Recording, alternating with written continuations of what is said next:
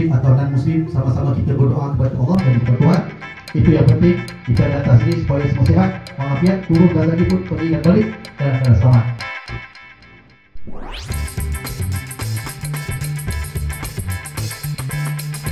Jangan tunggu peluang, jangan harap pada peluang, wujudkan peluang, sebab kamu adalah kita yang beriman di dalam diri.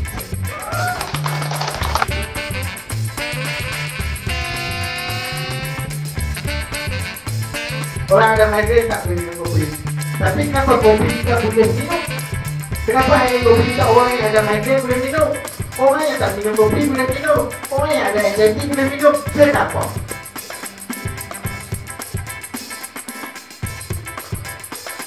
Dia tahu ni. Sebab kita nak buat prospek. Sebab buat prospek juga ada macam-macamnya PL, perangai. Kadang-kadang dia leader. Kadang-kadang ada jenuh, kadang-kadang nak cemek, macam-macam.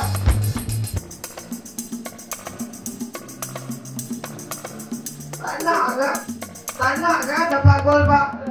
Saya last minute, saya bersama dengan kawan saya, Cikgu Rahaya. Last minute, kita masuk 1-3-5-0.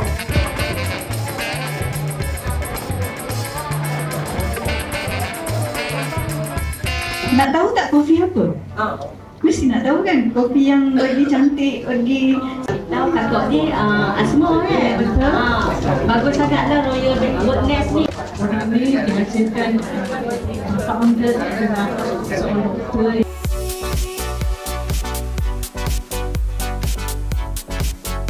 Alasan saya sangat kuat kalau saya tak nak buat. Mana mungkin gunting boleh meratakan tanaman saya tadi.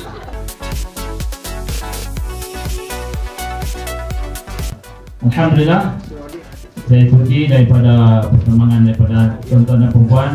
Seperti mana Ustaz Imam beritahu, yang datang pada hari ini adalah NGT, tapi yang keluar nanti adalah semua leader.